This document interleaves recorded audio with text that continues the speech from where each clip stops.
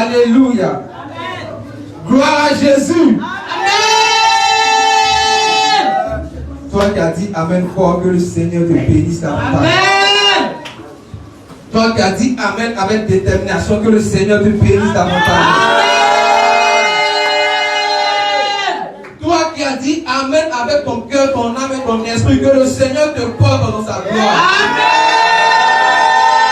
Je n'ai pas encore entendu un assoiffé dire Amen. Je n'ai pas encore entendu une personne qui veut s'abandonner entre les mains de Dieu dire Amen. Bien aimé, pousse des cris de joie.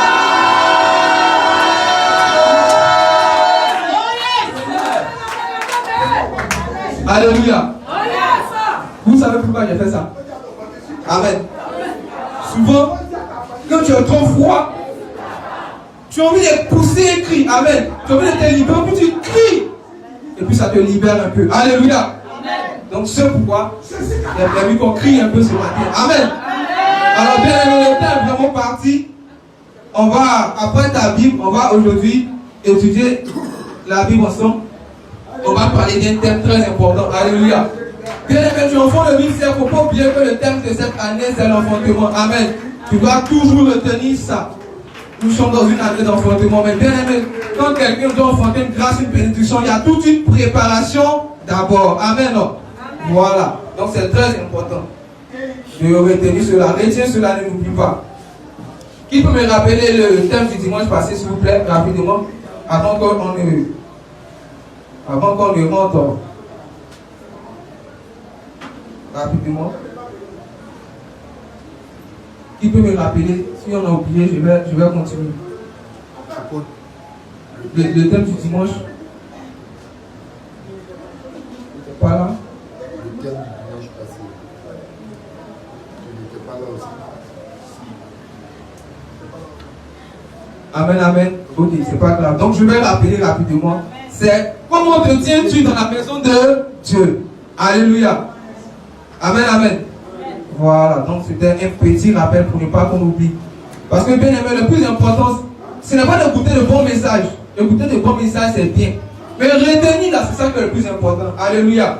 Si tu écoutes de bons messages et que tu retiens rien, tu as de grands problèmes. Parce que Dieu va te dire, tu écoutais des messages qui pouvaient te donner la vie. Mais qu'est-ce que tu as fait avec?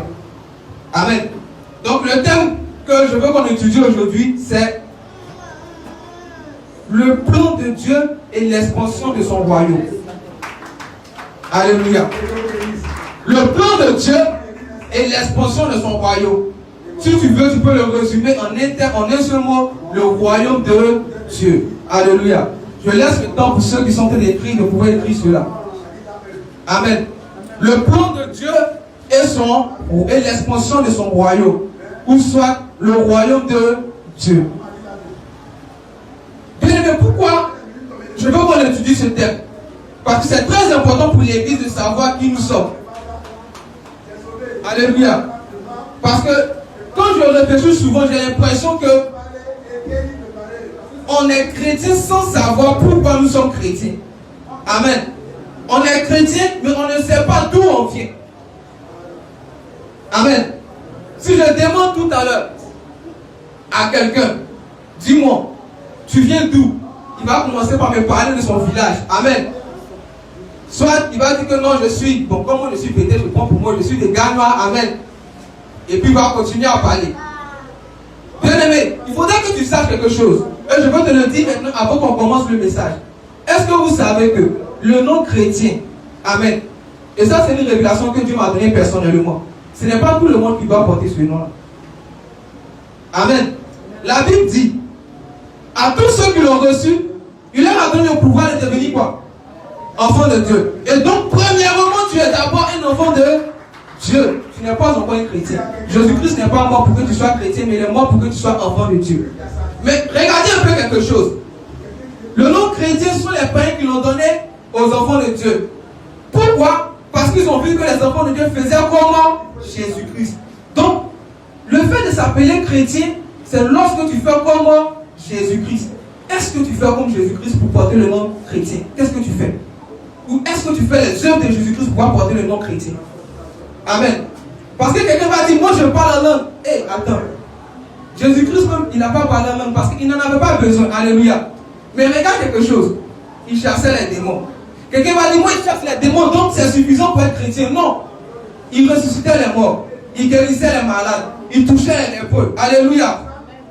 Rien ne l'effrayait. Mais toi-même, un petit sorcier, même déjà t'effraie. Et puis tu dis, je suis chrétien, tu tapes ta poitrine. Non. Tu n'as pas atteint le niveau pour être appelé chrétien. Ceux qui sont appelés chrétiens, ce sont les apôtres. Pourquoi? Parce qu'ils démontraient la puissance. Et cette définition me vient maintenant à l'instant. En d'autres termes, le nom chrétien, c'est un enfant de Dieu qui agit dans la démonstration de la parole et de la puissance de Dieu. Alléluia. Est-ce qu'on peut acclamer le Seigneur Jésus-Christ? Je voudrais établir ce fondement-là d'abord. Amen. Je n'ai pas dit faut plus tu vas t'appeler chrétien. Tu peux continuer à t'appeler chrétien. Amen. Mais il faut que tu saches d'abord que tu es un enfant de Dieu. Amen. Parce que c'est devenu la mode pour tout le monde de se faire appeler chrétien. Toi, tu es un enfant de Dieu. Tu dois savoir ça en premier. Jésus-Christ est mort pour que je devienne enfant de Dieu. Alors, on va beaucoup lire un peu. Bon, on va lire un peu quand même. On va me prendre Matthieu chapitre 3, le verset 2. Une personne. Quelqu'un d'autre va prendre le même Matthieu chapitre 4, verset 17. Matthieu chapitre 3, le verset 2. Matthieu, quelqu'un d'autre prend Matthieu chapitre 4, verset 17. Une autre personne va prendre Matthieu le chapitre 10, verset 7. Et on va lire ces trois passages là rapidement avant de continuer. Amen. Matthieu chapitre 3, verset 2. Celui qui a la page peut nous donner la lecture, on va se tenir debout. Que celui qui a le suivant se prépare en même temps. Je lis la parole de Dieu avec respect et considération. Matthieu le chapitre 3, le verset 2.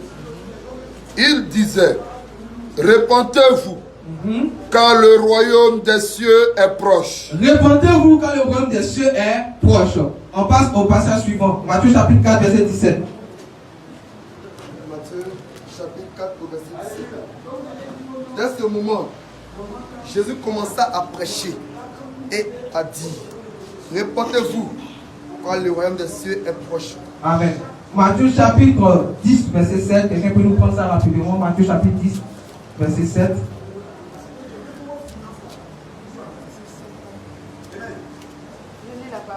Amen. Allez, prêchez et dites, le royaume des cieux est proche. Amen. On peut se rasseoir, je vais vous donner les autres. Vous voyez, il faudrait qu'on comprenne notre but dans ce monde, enfant de Dieu. Amen. Regardez l'évangile de Jésus-Christ. Il disait quoi? Quand il commence, il parle de quoi? Le royaume des cieux. Amen. Il y a encore d'autres passages. Il y a Matthieu chapitre 13, verset 11. Il y a Marc chapitre 1, verset 15. Marc chapitre 10, verset 14. Luc chapitre 4, verset 43. Amen. Tout ça, il parle du royaume des cieux. Mais attends. C'est que c'est une importance. Amen. Quand on demandait à Jésus-Christ, mais d'où viens-tu? Il disait, je ne suis pas de ce monde. Amen. Pilate lui demande, je dis, tu ne vois pas que les gens t'accusent, mais tu ne te défends pas. Il dit, si mon royaume était de ce monde, mes serviteurs allaient combattre pour moi.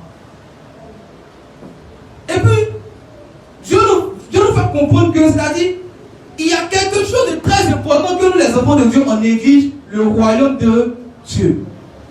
On vit comme si on n'allait jamais revenir dans notre royaume. Jésus-Christ ne se prenait pas pour un terrien. Il se prenait pour une personne qui vient du royaume. Tout son intérêt était focalisé sur le royaume. Lorsqu'il faisait les miracles, il faisait les miracles en fonction du royaume. Alléluia. Lorsqu'il faisait le travail de Dieu, il faisait cela en fonction du royaume. C'est pourquoi il le faisait bien. C'est parce qu'aujourd'hui on se dit qu'on fait le travail soit pour nous-mêmes, soit si je parlais, Dieu va me bénir, ou soit si je donne mon offrande, Dieu va me bénir. Donc on se dit que quand on le fait pour pouvoir être béni, mais on oublie qu'on le fait en réalité pour le royaume de Dieu. J'aimerais te poser une question. Qu'est-ce que tu fais pour le royaume de Dieu? Alléluia. Qu'est-ce que tu fais pour le royaume de Dieu? Amen, amen. Alors bien aimé, je vais prendre une histoire de la Bible pour qu'on puisse comprendre. Au début, voilà comment le royaume de Dieu est organisé. Il y avait Dieu lui-même. Il y avait le ministre de la culture. Il y avait le ministre des armées.